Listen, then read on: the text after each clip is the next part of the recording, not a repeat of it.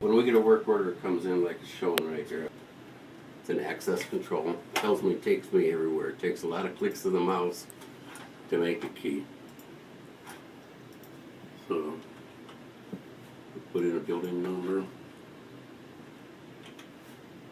and the room that they want, which was B2. We take that information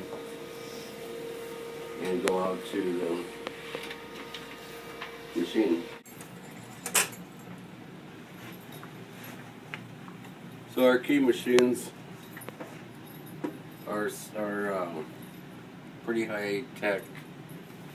In fact, 2 of these machines were just rebuilt with the highest, newest software. And then we enter the bidding. And the bidding on this one is 896,129. Again, that's going to be the depths of the key, depths of the cuts.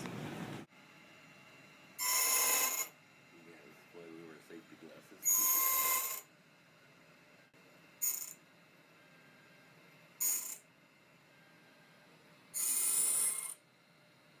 That key is completed.